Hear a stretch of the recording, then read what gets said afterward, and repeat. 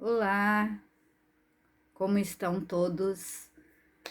Aqui é a professora Clarissa do curso Vigor e nós vamos iniciar então a nossa, não sei se fica muito escuro assim, deixa eu ver, a nossa revisão para o concurso da educação de Sapucaia, agora no próximo final de semana, certo? Testando as luzes aqui, porque é melhor assim quando a gente já está conversando, tá bom? Então, eu quero explicar para vocês aqui como é que é a minha organização. Eu tô com o computador aqui ao lado, qualquer coisa que eu precisar, eu vou acionar aqui, tá bom? E eu preparei um simulado para vocês, com 25 questões.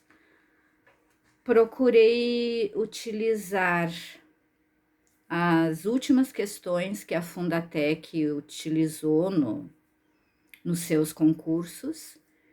Inclusive, alguns estão com gabarito preliminares ainda, mas lógico, né? A prof olhou tudo aqui, porque não saiu nem o gabarito final, ainda está em fase de recurso, certo? Então, eu busquei essas questões, eu vou mexer na luz que tem aqui atrás, tá? Só um pouquinho. Isso, assim eu acho que fica melhor.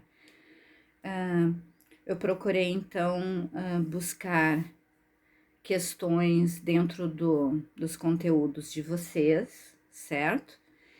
E eu preciso que vocês acessem aí no link abaixo do vídeo que está o simulado. Sugiro que vocês imprimam para poder fazer anotações, tá certo?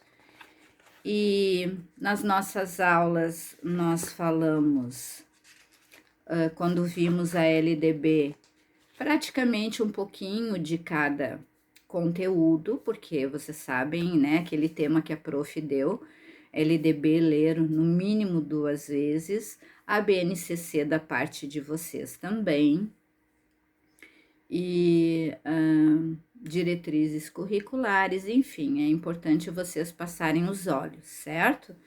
Então, eu trouxe algumas questões relativas aos conteúdos também, e vocês vão ter um bom embasamento para a prova, certo? Então, aí vamos começar com a questão número 1 sobre a LDB, que diz assim: a Lei de Diretrizes e Bases da Educação Nacional,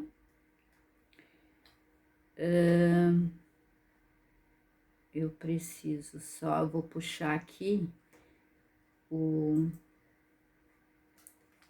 simulado que eu preparei para vocês também, eu tô com ele aqui embaixo, mas quero puxar ele aqui no computador também, para caso a gente precise falar sobre alguma coisa a mais, ele tá aqui, certo? Mas eu vou acompanhando ele aqui embaixo, tá bom?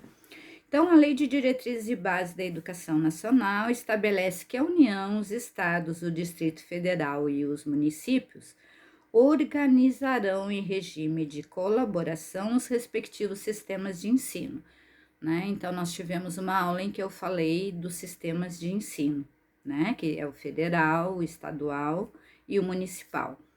Sendo assim, com base no que está previsto na referida lei, analise as afirmações abaixo. Então, vamos lá, vamos ver o que dizem as afirmações. Caberá à União a coordenação da Política Nacional de Educação, articulando os diferentes níveis e sistemas e exercendo função normativa, redistributiva e supletiva em relação às demais instâncias educacionais. Então, o que vocês acham? Está correta, não é? Por quê? Porque realmente a União normatiza, né, tudo referente à educação brasileira, depois o Conselho Estadual de Educação complementam, se necessário for, assim como o sistema municipal. E também repassa verbas, não é? ou suplementa a verba, se necessário for, e de acordo com cada verba que vem para a educação. Então, a 1 está correta. 2. A União se incumbirá de coletar, analisar e disseminar em relação às demais instâncias educacionais. Não. A União se incumbirá de coletar, analisar e disseminar informações sobre a educação.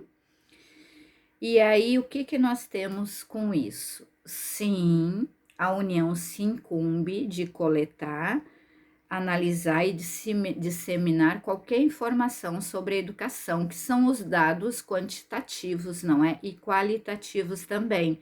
E quem faz isto é o INEP, o Instituto Nacional de Pesquisas Anísio Teixeira. Então, o INEP, ele vê as notas dos IDEBs, não é? E vê quais são as médias que precisam ser alcançadas com a Prova Brasil, Provinha Brasil, Enem, ENAD, enfim. Então, tá certo também. Os estados se incumbirão, aí tá falando um pouquinho de cada um, né? De assumir o transporte escolar dos alunos da rede estadual e municipal. O que vocês acham, né? Municipal? Não. Os estados, eles se incumbem do transporte escolar estadual, e os municípios se incumbem do transporte escolar municipal, ou seja, as verbas são repassadas tanto para o estado quanto para o município, pela União, para fazer o pagamento, não é? A licitação, inclusive, disso. É bom vocês darem uma olhada ali na LDB, mas já devem ter olhado, né?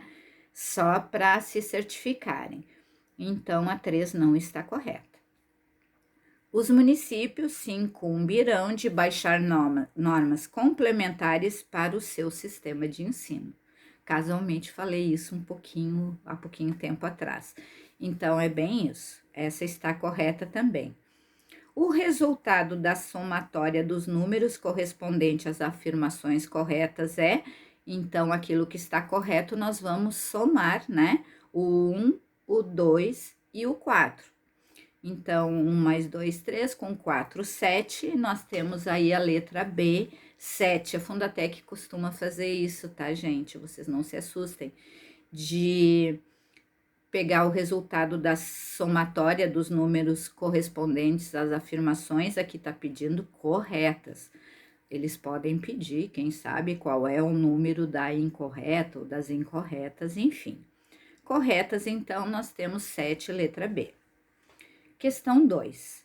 Segundo o artigo 18 da LDB, os sistemas municipais de ensino compreendem. Então, vocês viram a minha aula sobre isso, devem ter feito as anotações necessárias aí. O que compreende o sistema municipal? Vamos ver ali na 1. Instituições de educação superior mantidas pelo poder público municipal. Então, aqui nós temos o seguinte: as instituições do poder público, instituições de educação superior, pode até acontecer de algum município ter uma faculdade, uma universidade, mas não é ele não é o município que fará a gestão e organização desta faculdade ou universidade, certo? É a União que cuida das universidades, certinho? Então, a 1 já não está correta. Vocês desculpem, mas a prof estava com uma faringite até, ainda estou, tá bom? Então, a minha voz pode falhar um pouquinho. A 2. Instituições do ensino fundamental, médio e de educação infantil criadas e mantidas pela iniciativa privada. Olhem só, o município é responsável pelas instituições privadas da educação infantil, certo? Do ensino privado, do ensino fundamental e médio, se tiver uma escola no município de vocês ou no município de Sapucaia, fundamental e médio, quem responde por essa instituição privada de fundamental e médio são as CREs, as coordenadorias, então é o Estado que responde, certo? O município responde só pelas instituições privadas de educação infantil, tá bom? Então também não está correta. Então, a 3, instituições de educação infantil criadas e mantidas pela iniciativa privada, certinho. E os órgãos municipais de educação, Conselho Municipal de Educação, Secretaria Municipal de Educação, está certa também. E ainda faz parte do Sistema Municipal de Ensino as escolas municipais de educação infantil e ensino fundamental, se houver de ensino médio, aí, como Porto Alegre, por exemplo, tem. Mas as escolas municipais de educação infantil e ensino fundamental são de responsabilidade do município, tá bom? Então, órgãos municipais da educação, tá correto, estão corretas, letra B, apenas 3 e 4, certo? Questão 3. A partir do disposto na Base Nacional Comum Curricular, deixa eu abrir a base aqui, que foi aquilo que eu expliquei para vocês, que vocês deveriam ver cada um da sua área, é importante, certo? Que vocês vejam de cada uma a sua área. Eu só vou abrir aqui porque, assim, gente, a BNCC é imensa, certo? E por isso é necessário que vocês leiam, vejam ali, porque é exatamente para quem está em sala de aula o que vocês usam para colocar nos cadernos de chamada online, tá bom? Então, diz aqui, na 3, a partir do disposto na Base Nacional Comum Curricular, assinale a alternativa que corresponde a um dos 6 direitos de aprendizagem e desenvolvimento que devem ser assegurados às crianças na educação infantil. Vai cair só para a educação infantil? Isso não, pode cair para todos, tá bom?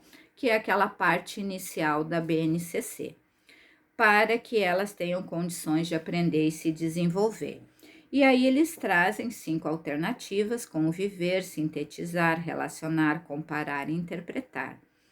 Os 6 direitos de aprendizagem da educação infantil são brincar, conviver, participar, expressar, explorar e conhecer-se, né? São os 6 direitos de aprendizagem para que eles possam, então, desenvolver isso durante a educação infantil.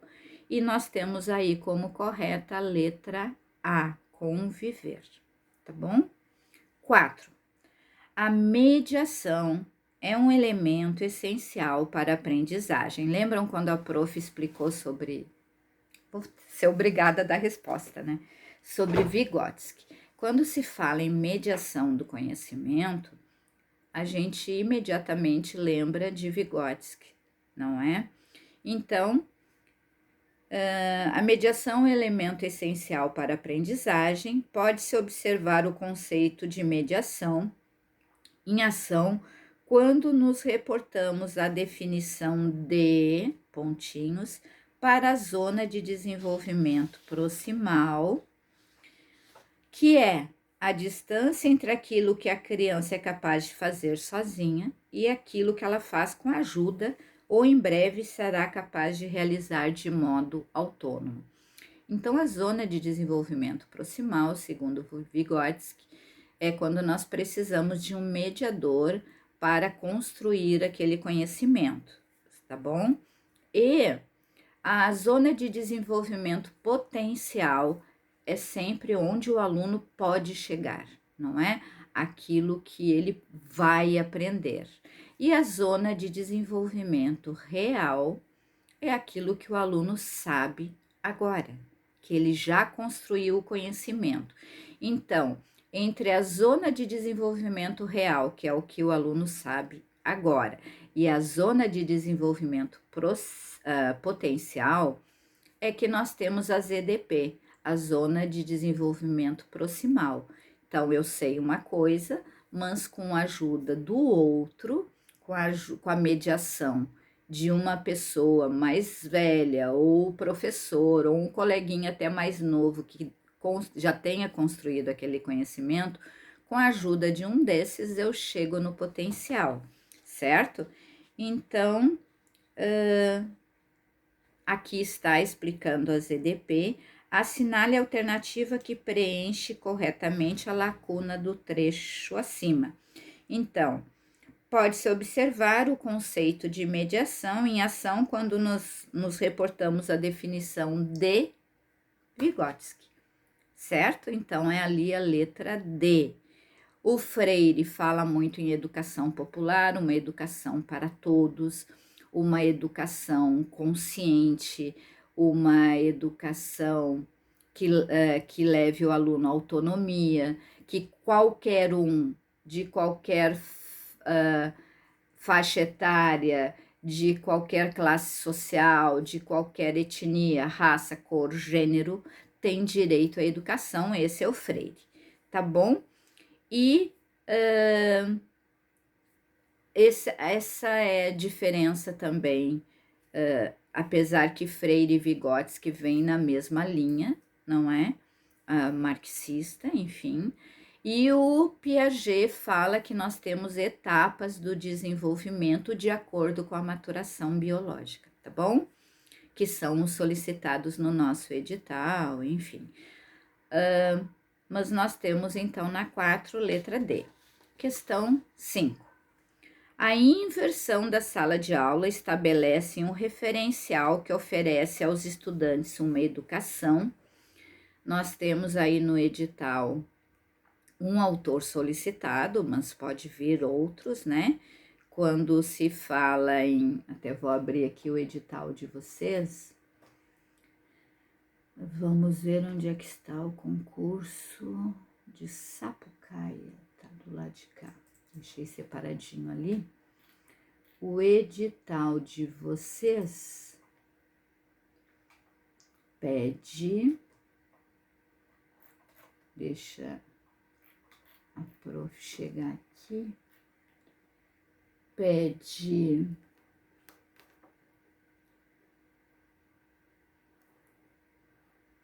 até o 16, planejamento, avaliação, inclusão, diversidade, fala educação na era digital, certo? De acordo com as teorias de Ângel Pérez Gomes, mas na verdade todos os autores falam de determinadas coisas que eu estou trazendo aqui para vocês. Então, a sala de aula invertida é aquela que o professor diz para o aluno, assim, eu quero que vocês pesquisem sobre determinado assunto que na próxima aula nós vamos conversar sobre isso. Então, inverte, o aluno vai atrás, traz aquilo que ele pesquisou, o que ele teve interesse, o que ele descobriu, e aí na próxima aula traz para a sala de aula, coloca em debate, não é? E o professor vai pontuando, então, aquilo que está correto, que pode ser acrescentado, enfim. E uma coisa importante é que quando, na sala de aula invertida, quando a gente determina um assunto, o aluno vai em busca daquilo que mais lhe interessa sobre aquele determinado assunto. Nós falamos, eu acredito que a gente até conversou um pouquinho sobre isso nas nossas aulas, senão a prof está falando agora, certo? Então, ele vai de acordo com seu interesse pesquisar sobre aquele assunto. Por isso, isso se torna tão personalizado, porque a sala de aula invertida, tu não vai dar pronto o que o aluno tem que pesquisar sobre aquele assunto. O aluno vai em busca de e traz, de acordo com os seus interesses sobre aquele assunto, o que ele acha mais interessante, tá bom? Por isso é personalizado e não é planificadora, não coloca todo mundo no mesmo patamar, não é centralizadora, muito antes, pelo contrário, o professor abre, né, não centraliza nele, não é totalitário e não é massificado, certo? É personalizado por quê? Porque a inversão da sala de aula proporciona ao aluno pesquisar dentro daquele assunto aquilo que mais lhe interessa, tá bom? 6. São fatores externos da aprendizagem, exceto. Então, nós temos que pensar aqui na formação docente, né, dos professores que o edital está nos pedindo. Nós temos que pensar ali gestão e planejamento, enfim, nós temos que pensar principalmente no aluno, que é a figura principal hoje da educação. Já tivemos em outros momentos da educação, numa pedagogia que se chamava liberal, que de liberal não tinha nada, a não ser um nome de um sistema econômico, mas dentro da liberal, a pedagogia tradicional, em que o professor era o centro, né, de toda a educação, do que acontecia na sala de aula, do planejamento, enfim. Então, hoje nós temos o aluno como figura central, não é? Então, o que nós precisamos aqui? São fatores externos da aprendizagem, exceto. Então, para aprender, nós temos fatores internos e externos, tá bom? Então, nós temos só um, como tem o exceto, que não é externo, é interno. Então, metodologia depende do professor que vai utilizar, externo. Vínculo professor e aluno é o professor e o aluno que estabelecem em sala de aula. Vivências dos alunos, os alunos trazem de casa e nós temos que trabalhar com isso. Relações familiares, a gente sabe que lá em casa afeta o aluno. O que não é externo aqui é a motivação, não é? A maioria dos autores dizem que a motivação é interna, é intrínseca, certo? É o aluno de todos os fatores aí externos, inclusive, internamente ele se motiva, e aí isso é interno, letra B, tá bom? Questão 7. O modelo virtual enriquecido é uma experiência realizada por toda a escola, em que em cada disciplina os alunos dividem seu tempo entre a aprendizagem online e presencial. Aqui já está dizendo que é o modelo virtual enriquecido, tá bom? Os estudantes podem se apresentar presencialmente na escola apenas uma vez por semana, assim como o modelo pontinhos. O modelo virtual enriquecido também é considerado disruptivo, porque propõe uma organização da escola básica que não é comum no Brasil. Assinale a alternativa que preenche corretamente a lacuna do trecho acima. Sobre isso, eu quero falar para vocês que aí, ao final do simulado, eu coloquei dentro, para vocês darem uma lida, o ensino híbrido. O que é o ensino híbrido, certo? Existem dois modelos, os sustentados e os disruptivos, tá bom? Coloquei aí, vocês deem uma lidinha. Os sustentados são aqueles que a gente considera os mais tradicionais, que já se usava, digamos, ou se usa mais, tá bom? E os disruptivos são que rompem com o que nós temos agora, certo? Então, dentro dos sustentados, nós temos a sala de aula, que é chamado modelo rotacional sala de aula invertida, já existia, né? Muitos professores já usavam isso. O laboratório rotacional e a rotação por estações.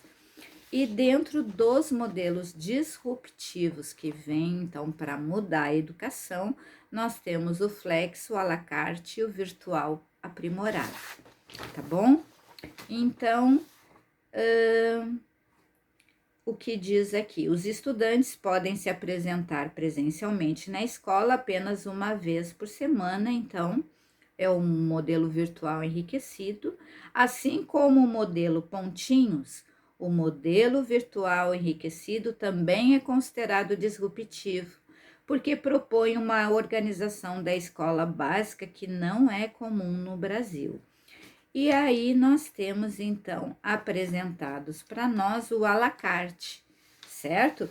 Que, conforme a explicação que eu coloquei para vocês, é muito comum no ensino médio, em países que a ideia do ensino personalizado, porque na verdade todos são bastantes, tanto o disruptivo quanto os sustentados, eles levam muito em consideração o aluno, que a gente possa atender a todos e a cada um especificamente.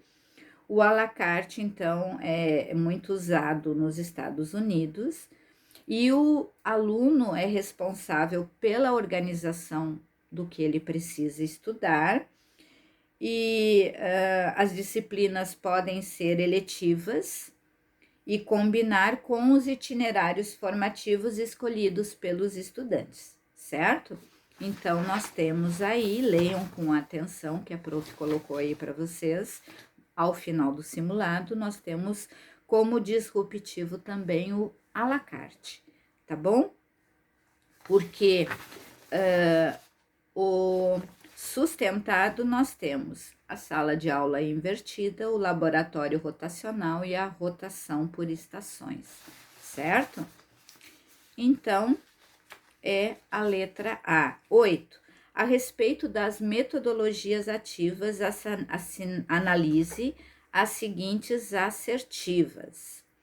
Então, as metodologias ativas prevêem que o estudante ou aluno interaja, tenha uma participação muito ativa dentro da aprendizagem, dentro daquilo que é organizado, inclusive dentro do planejamento do professor, certo?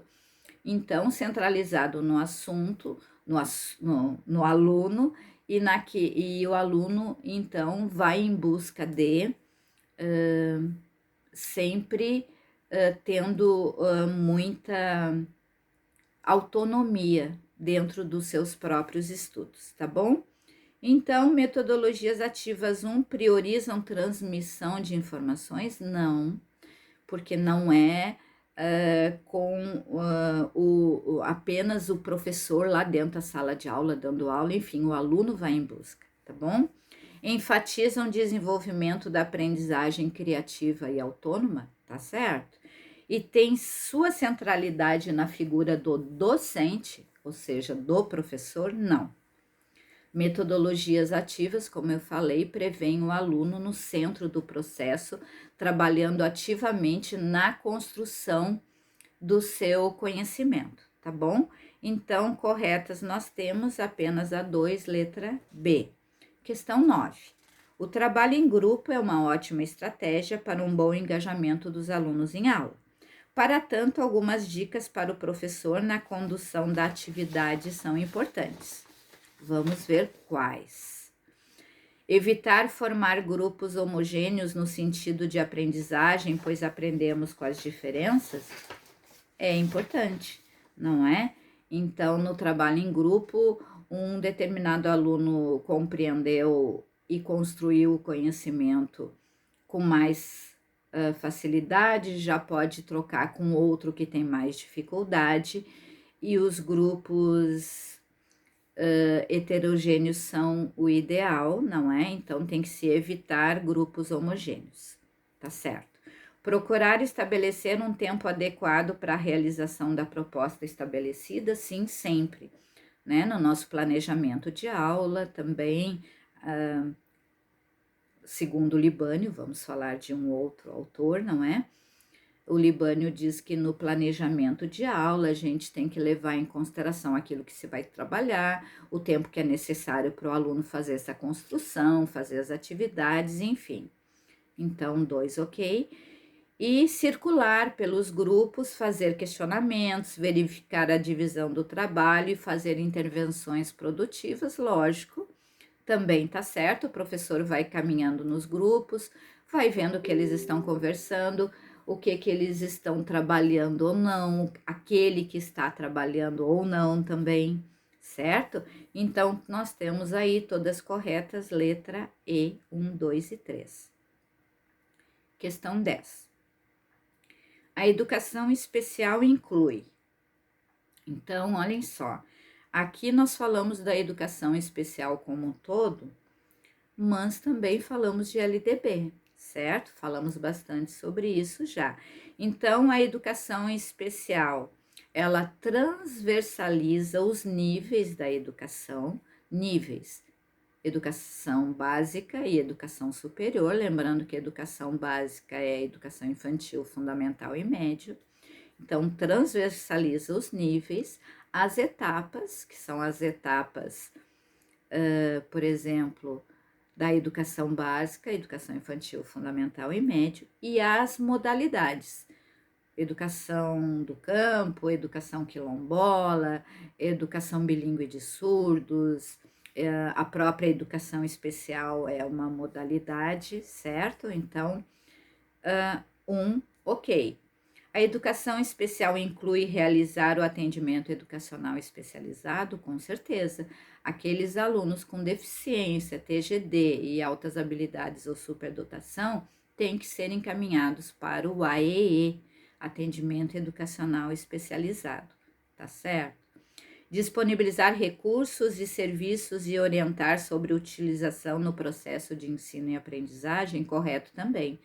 Os alunos da educação especial, eles têm que ter currículo adaptado, avaliação adaptada, eles têm que ter as tecnologias assistivas à disposição, que são tecnologias assistivas, letras aumentadas, se for necessário, libras, de acordo com a modalidade que nós já conversamos, né, nas outras aulas, a nova modalidade, educação bilíngue de surdos, e isso transversaliza tanto a educação básica quanto a educação superior, e eles têm direito, então, a tudo de acordo com as suas especificidades.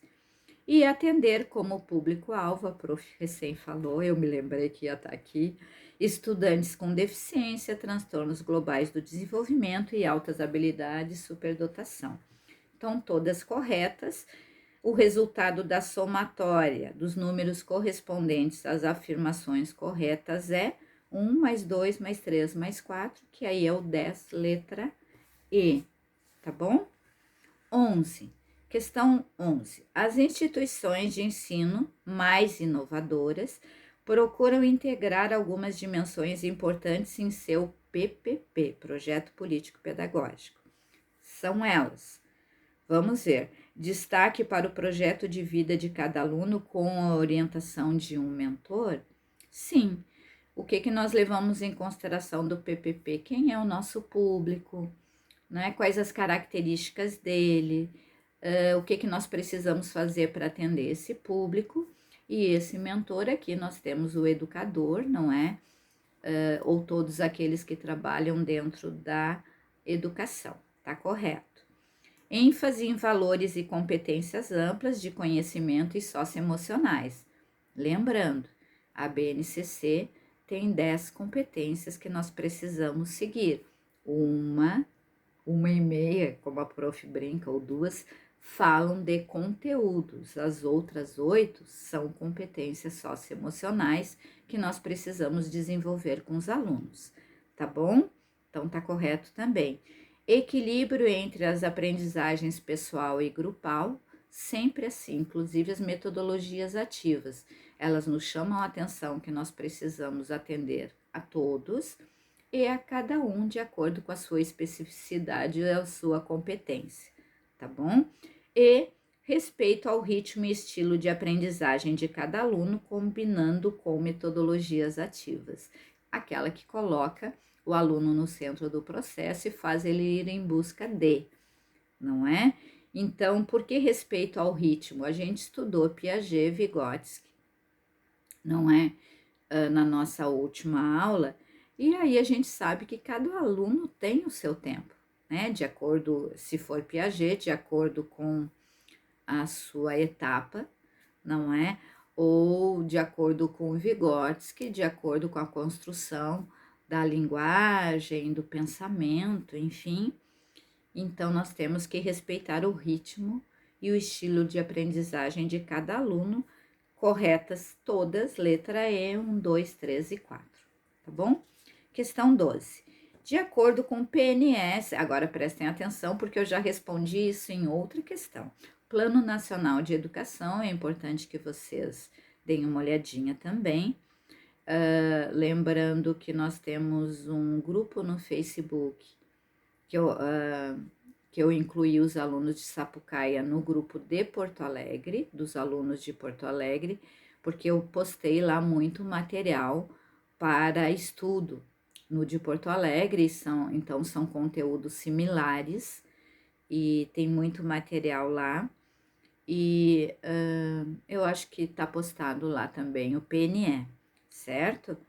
Então, de acordo com o PNE, a quem cabe a elaboração e o cálculo do IDEB, bem como dos indicadores de rendimento escolar e de avaliação institucional, a quem? Ao INEP, Instituto Nacional de Estudos e Pesquisas, Anísio Teixeira, tá bom? Eles que são responsáveis por mandar todos essas informações para a gente. E, inclusive, se vocês quiserem ver essas informações, se vocês já estão em escola, da escola de vocês, é só colocar o nome da escola, IDEB, INEP, e aí já vai aparecer ali no Google para vocês verem todas as notas e o que fala sobre a escola de vocês, né? Se é uma escola de classe média alta, ou de uma população mais carente, quantos alunos tem, quantos professores, quais as notas nas provas, Provinha Brasil, Enem, Prova Brasil, enfim. Ali tem tudo da escola, a vida da escola de vocês. É importante ver e é o INEP que faz isso, tá bom? Questão 13. Segundo a LDB, a frequência mínima exigida pelas instituições de educação pré-escolar é de...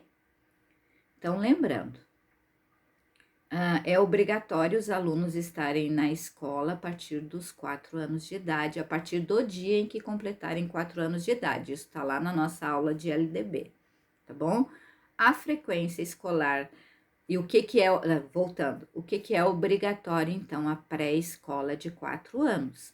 De 1 a 3, é obrigatório o município oferecer, mas não é obrigatório o pai colocar, mas a partir dos 4, o pai tem que colocar obrigatoriamente.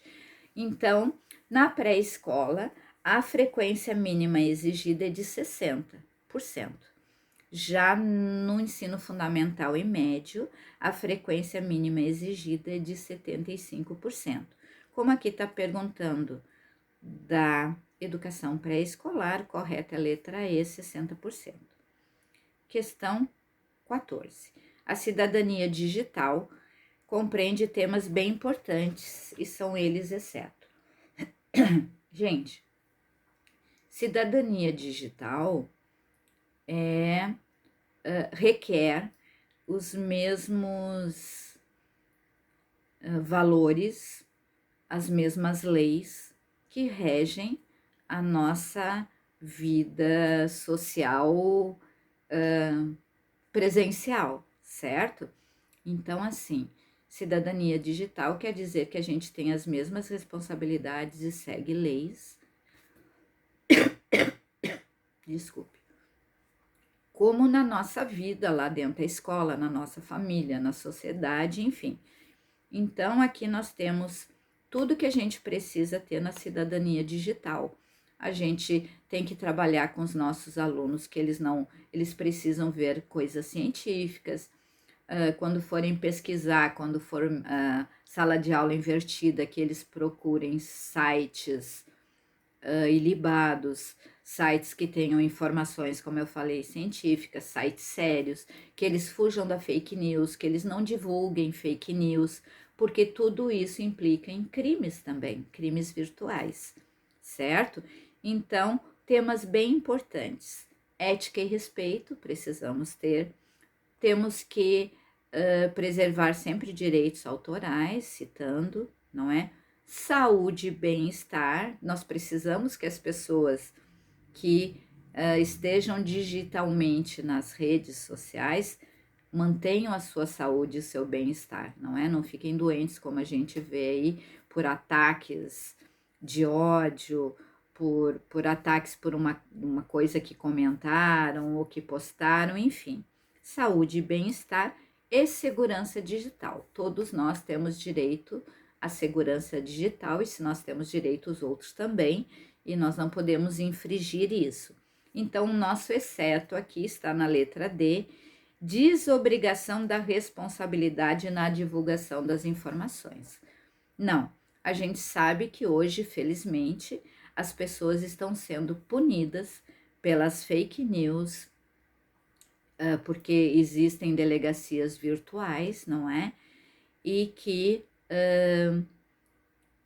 recebem essas denúncias para esses tipos de crime, então nosso exceto está na letra D, tá bom? 15. Neste modelo, o aluno tem todas as disciplinas ofertadas online e vai para a escola 1 ou 2 vezes por semana discutir o que foi estudado remotamente. Como se chama esse modelo de ensino? Gente, sabe o que eu percebi vendo aí as últimas provas da Fundatec feitas no mês passado e esse mês? Que eles trouxeram muito virtual aprimorado, né? A letra A. Então, o virtual aprimorado é o disruptivo, tá bom? O aluno tem, e é exatamente isso que eles colocaram aqui: tem todas as disciplinas ofertadas online e vai para a escola 1 ou 2 vezes por semana para realizar projetos, debates e discutir o que foi estudado online. Além disso, o presencial é utilizado como acompanhamento de como estão caminhando as aprendizagens, tá bom? Então, nós temos aí o virtual aprimorado novamente. 16. Para promover o respeito e a valorização da diversidade na sala de aula, é essencial propor a prática de atividades que estejam adequadas à idade do aluno e ao contexto vivenciado na escola. Tudo de acordo com Piaget, Vygotsky e os teóricos todos atuais, como a gente falou em aula. Com base nessa informação, analise as assertivas abaixo com V ou F. Vamos lá. Então, para promover o respeito e a valorização da diversidade na sala de aula, é essencial propor a prática de atividades que fortaleçam a autoestima a partir da representatividade de cada um, correto? Realização de dinâmicas de integração para crianças, claro, né? Integrar todos em sala de aula. Execução de dinâmicas que estimulem valores. Com tudo isso, tanto para crianças ou adolescentes, aí podem ser atividades pedagógicas, atividades aí com dinâmicas também, inclusive que tenham conteúdos, não é? Que estão ali ali dentro da BNCC, enfim, as 3 estão corretas, então nós temos aí o EVVV. Questão 17. Olha só, já falamos há pouquinho também. Documento criado pelo professor e que define qual será o tema de uma aula, seu objetivo, a metodologia a ser utilizado, quais serão as formas de avaliação, possíveis referências bibliográficas e outras informações relevantes. Como se chama esse documento? Esse documento se chama plano de aula, né, gente? Ali na letra C.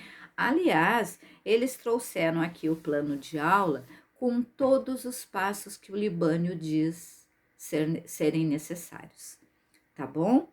A gente já falou do PPP, o Projeto Político Pedagógico, ele diz quem é a minha escola, quem são os atores que trabalham lá, quais são as atribuições do diretor, quem é ele, quem é a minha comunidade. E o projeto pedagógico ele é feito por toda a comunidade escolar, pais, alunos, professores e funcionários, tá bom? O currículo escolar está ali dentro da BNCC, o que deve ser trabalhado, né? O plano de ensino, a escola dá para vocês aquilo tudo que vocês têm que trabalhar com cada série. E o plano estratégico é o da escola, não é como é que ela vai funcionar. O que está descrito aqui é o plano de aula letra C. 18. Essa modalidade de avaliação busca medir o desempenho escolar dos estudantes ao longo do processo de ensino e aprendizagem. Esse modelo pretende acompanhar a evolução da aquisição de conhecimento do aluno. Essa modalidade de avaliação é chamada de... Então, nós temos aqui aquela avaliação que vai acompanhando este conhecimento, o desempenho dos alunos ao longo do processo de ensino e aprendizagem, essa é a formativa.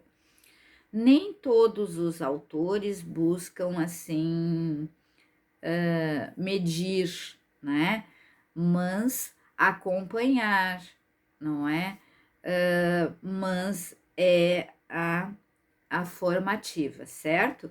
Então, assim, como aqui fala, pretende acompanhar a evolução da aquisição do conhecimento, dessa construção do conhecimento, é a formativa letra B, tá bom?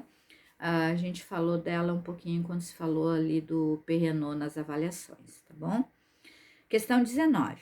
A criança é um sujeito social e histórico. Quando se fala em social e histórico, quem é que a gente lembra? Vygotsky, tá bom? O sujeito, ele faz parte da sociedade, ele traz a sua história, ele muda a sociedade que ele está com as suas histórias, porque a história, a minha, com a do meu colega na sala de aula, nós acabamos recriando, né, uma outra história, cada um com as suas particularidades e especificidades. Então, a criança é um sujeito social e histórico e faz parte de uma organização familiar que está inserida em uma sociedade com uma determinada cultura, tá certo? É profundamente marcada pelo meio social em que se desenvolve, mas também o marca. Sim, a gente é marcada pelo meio social, mas a gente também transforma esse meio social com a nossa cultura, com o nosso pensamento, com a nossa autonomia, por vivermos numa democracia, tá bom? Ok, 2 correto. E a criança tem na família, seja ela biológica ou não, um ponto de... Porque biológico ou não, porque nós sabemos que tem muitos alunos que moram em outras famílias ou são adotados, enfim. Então, um ponto de referência fundamental eles têm na sua família, apesar das diversidades de interações sociais que estabelece com outras instituições sociais, como a escola, a igreja, um clube, uma ONG, né? Então, quais estão corretas? Todas as partes. Letra E. É bem a cara de Vygotsky, isso falando de diversidade, de interação social, que eu estou no meio social, que eu trago a minha cultura comigo e influencio esse meio social, mas que eu também transformo esse meio social para que os outros, com as suas culturas, possam conviver, aprender comigo, enfim. Questão 20.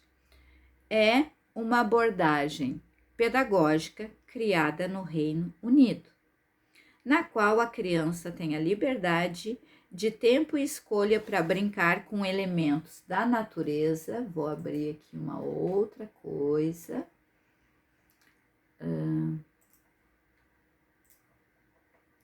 Aqui para conversar com você sobre isso.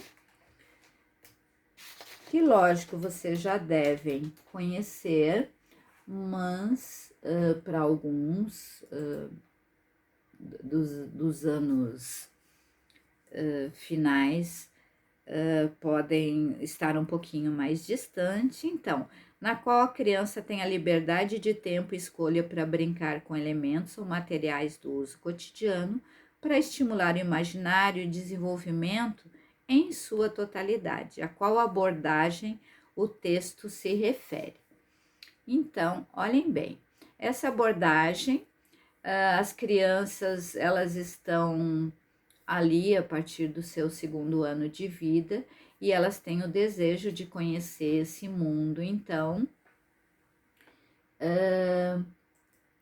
e elas vão brincar com coisas não prontas, mas com elementos da natureza ou materiais do uso cotidiano, tampinha, tampa de panela que não machuque, até brinquedos quebrados, rodinhas, caixas, rodinhas que eu falo, pneus, tá bom? Então essas coisas assim que não são prontas, não é um brinquedo que vocês vão dar corda, ele vai sair andando, vai ter um controle ali para...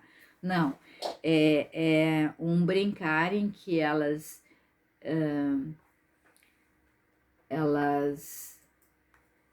se disponibiliza a elas materiais diversos da natureza ou não, normalmente é da idade de 0 a 3 anos, aí com uns 2 anos ali eles estão mais,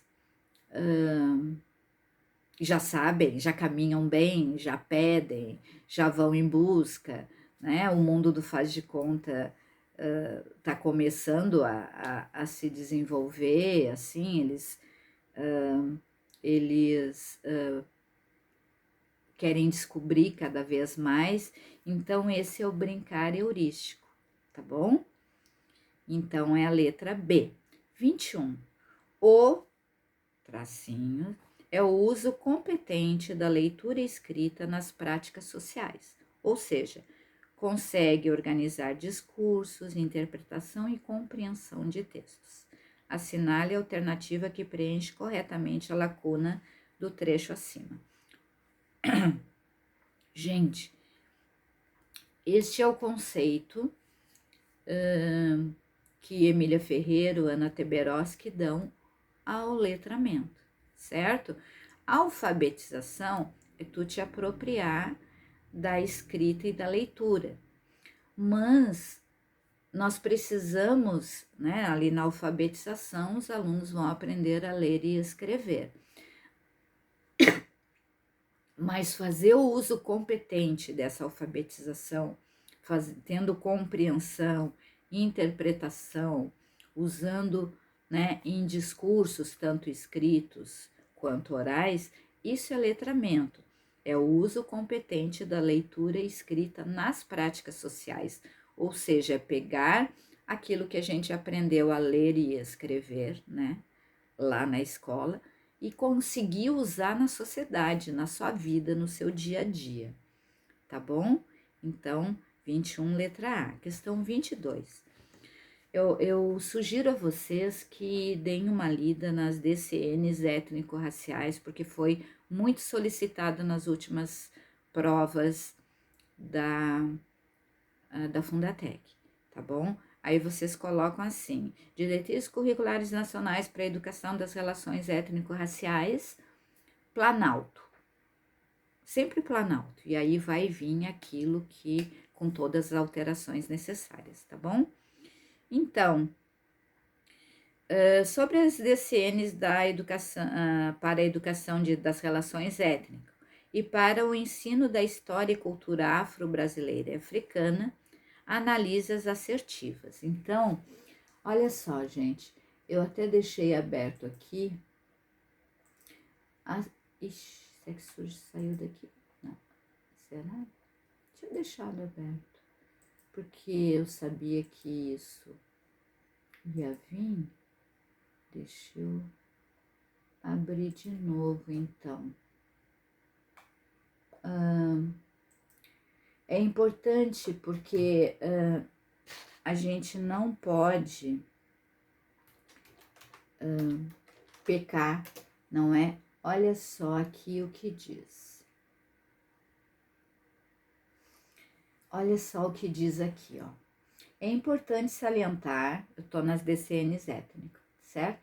É importante salientar que tais políticas, as DCNs étnicos, têm como meta o direito dos negros se reconhecerem na cultura nacional, expressarem visões de mundo próprias, manifestarem com autonomia individual e coletiva seus pensamentos. É necessário sublinhar que tais políticas têm também como meta o direito dos negros, assim como de todos os cidadãos brasileiros, cursarem cada um dos níveis de ensino em escolas devidamente instaladas e equipadas, orientados por professores qualificados para o ensino das diferentes áreas do conhecimento, com formação para lidar com as tensas relações produzidas pelo racismo e discriminações, sensíveis, esses professores, e capazes de conduzir a reeducação das relações entre diferentes grupos étnico-raciais, ou seja, entre descendentes de africanos, de europeus, de asiáticos e povos indígenas. Olha só, asiáticos, tá bom? Então, a gente precisa ter muito isso em mente, tá? Então, assinale as assertivas e assinale V ou F. A obrigatoriedade da inclusão da história e cultura afro-brasileira e africana nos currículos da educação básica trata-se de decisão política, com fortes repercussões pedagógicas. Então, olha só, quando saiu as diretrizes étnicas, a apresentação do MEC começa assim: o Ministério da Educação, comprometido com a pauta de políticas afirmativas do governo federal, vem instituindo e implementando um conjunto de medidas e ações com o objetivo de corrigir injustiças, eliminar discriminações e promover inclusão social e a cidadania para todos no sistema educacional brasileiro. Então, nós temos aqui, deixa eu só buscar, políticas com... Então, nós temos aqui já dizendo que foi comprometido com a pauta política. Deixa eu ver aqui.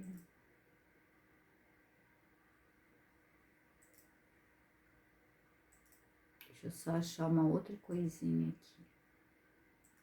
Políticas afirmativas sempre.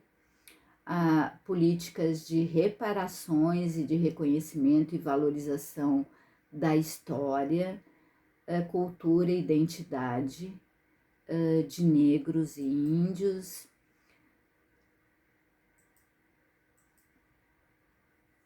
Sempre política de, bem como em virtude das políticas explícitas ou tácitas de branqueamento da população, não é? Quando se tinha vergonha de falar que é negro.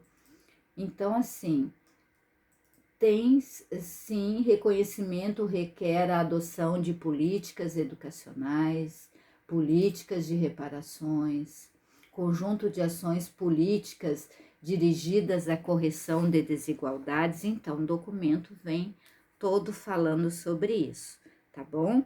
E foi uma decisão política com repercussões pedagógicas que se tem a obrigatoriedade da inclusão da história e cultura afro-brasileira e africana nos currículos da educação básica, educação infantil, fundamental e médio, tá certo?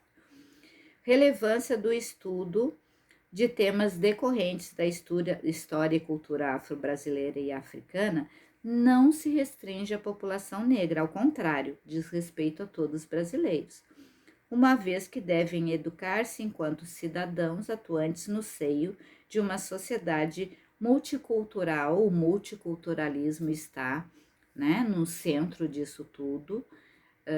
Nós somos sujeitos multiculturais, a nossa sociedade é multicultural e pluriétnica, capazes de construir uma nação democrática, correto.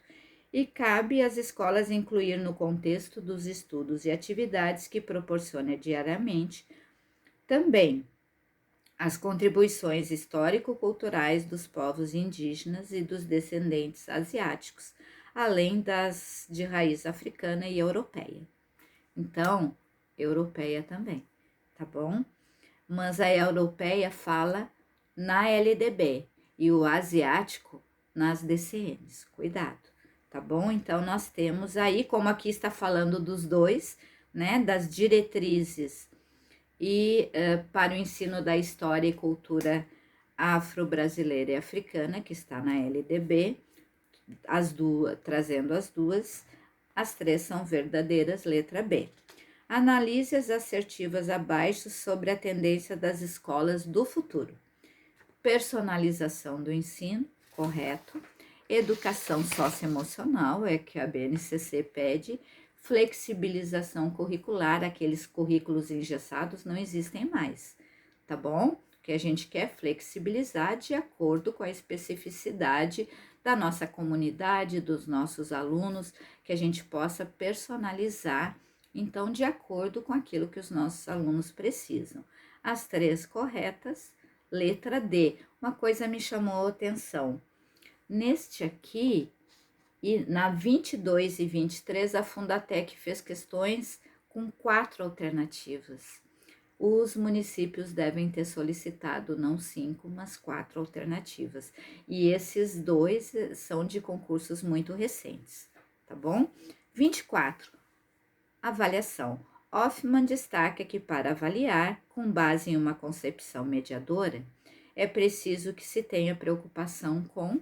Lá nas nossas aulas, eu falei que a Jussara Hoffman chama sua avaliação de mediadora, porque de acordo com que o aluno, como o aluno for se desenvolvendo ou for respondendo nas avaliações, o professor chama e pergunta: olha, como é que tu pensou isso aqui, se ele tiver errado? Quem sabe a gente pode pensar assim, será que tem outro jeito? O professor vai fazendo a mediação. Então, é preciso que se tenha preocupação com, letra A, refletir sobre a aprendizagem como construção do conhecimento e organização das experiências vividas. Então, a letra A é o correto, a B não é aferir conteúdo transmitido, não é atribuir notas aos alunos através de testes e provas ao final de cada ciclo, né? A LDB já diz que não é mais assim. Classificar os alunos a partir de erro e acerto. A Jussara Hoffman usa os erros para mediar, para eles chegarem ao acerto, ou medir o volume de conhecimento adquirido. Isso era antigamente lá na pedagogia liberal. Na tendência que nós temos hoje, que é a progressista, e dentro da progressista nós temos a libertadora de Paulo Freire, a libertária e a crítico social dos conteúdos que temos hoje, com vários autores chamando de crítico histórico, histórico crítico também, é que nós temos hoje. O que se quer é a letra, segundo a Hoffman, letra A, tá bom? Todos os nossos autores sobre avaliação solicitados no edital são contra essas 4 últimas aqui, certo? Da B, C, D e E. E por fim, questão 25, considerando as tendências pedagógicas, complete o fragmento a seguir. A pedagogia pontinhos tem como inspirador e divulgador Paulo Freire, que aplicou suas ideias pessoalmente em diversos países. No Brasil, exerceu uma influência expressiva nos movimentos populares, né? Por isso que também a pedagogia dele é chamada de educação popular e se estendeu para o mundo. Nos movimentos populares e sindicatos e praticamente se confunde com a maior parte das experiências do que se denomina educação popular. Nesta tendência, aprender é um ato de conhecimento da realidade concreta, de verdade, sendo crítico, autônomo, pensando sobre aquilo ali, querendo mudar o mundo que vive, porque a tendência liberal, que de liberal não tinha nada, que é a tradicional, a tecnicista, não é? Ela não queria que se mudasse a sociedade ou que se mudasse o mundo, certo? Com a vinda da tendência da pedagogia progressista, e aí, como eu disse para vocês, começando com a libertadora de Paulo Freire, a libertária, crítico social dos conteúdos, ou histórico-crítica, como chama Saviani, nós temos então uma nova pedagogia centrada no aluno crítico que mude a sua sociedade, que não se conforme com tudo que está posto ou pela política ou por uma sociedade retrógrada, tá bom? Então, o que é aprendido não decorre de uma imposição ou memorização. Paulo Freire chama essa memorização de educação bancária, que a gente tem que fugir dela. A educação bancária, então, é o aluno decorar e devolver com as mesmas palavras, assim, como se ele, alguém colocasse alguma coisa na cabeça dele e ele falasse aquilo exatamente, não é? Isso é educação bancária, é como se chegasse na hora da prova ali no banco e devolvesse aquilo que tinham depositado nele, tá bom? Então, essa é a memorização para o Paulo Freire, essa educação bancária, o Freire é totalmente contra, tá bom? O que é aprendido não decorre de uma imposição ou memorização, mas do nível crítico do conhecimento, ao qual se chega pelo processo de compreensão, reflexão e crítica. Assinale a alternativa que completa corretamente a afirmativa anterior. Então, a tendência progressista libertadora, que liberta das amarras da opressão, que é a opressão, a ignorância, que é a ignorância, o não saber, certo? Então, a progressista libertadora que liberta das amarras da opressão, da ignorância, é a de Paulo Freire. Então, a pedagogia progressista libertadora, certo? É a de Paulo Freire, questão 25. Nós teremos a nossa revisão, esta semana já está começando hoje, inclusive hoje é segunda-feira, está começando a revisão presencial no curso Vigor. Eu estarei no curso na sexta-feira para trabalhar alguns, né? Porque em 2 horas a gente vai trabalhar só algumas coisas lá em aula, e estarei também na revisão de final de semana. Então, na sexta-feira eu estarei das 7 às 9 da noite, na revisão da semana inteira, eu fecho a revisão, e no sábado eu inicio a revisão das 8 às 10, e depois entrego para os outros profs que vão fazer a revisão só do sábado, tá bom? Então, a gente pode se encontrar presencialmente, e eu desejo para vocês aí sucesso na prova. Pensem muito nas coisas que a gente conversa com vocês, e eu tenho certeza que vocês vão se sair bem, tá bom? Beijo, e a gente se vê no curso Vigor. Ou, se quiserem me procurar ali no Facebook, me procurem pelo perfil profissional. Não, profissional não. Perfil pessoal. O pessoal é só meu nomezinho, o que tá aí no simulado de vocês. Clarissa, sem o professora, Maria Kelly Chatkowski. Clarissa Maria Kelly Chatkowski. Vocês me curtam ali, sigam o meu perfil, que já extrapolou o número ali, né, de pessoas, e me mandem um recadinho no Messenger se quiserem falar comigo, ou entrarem no grupo de Porto Alegre, tá bom? Que tem muitos materiais de estudo, ainda dá tempo, até domingo, né, para vocês estudarem. Beijos e até mais.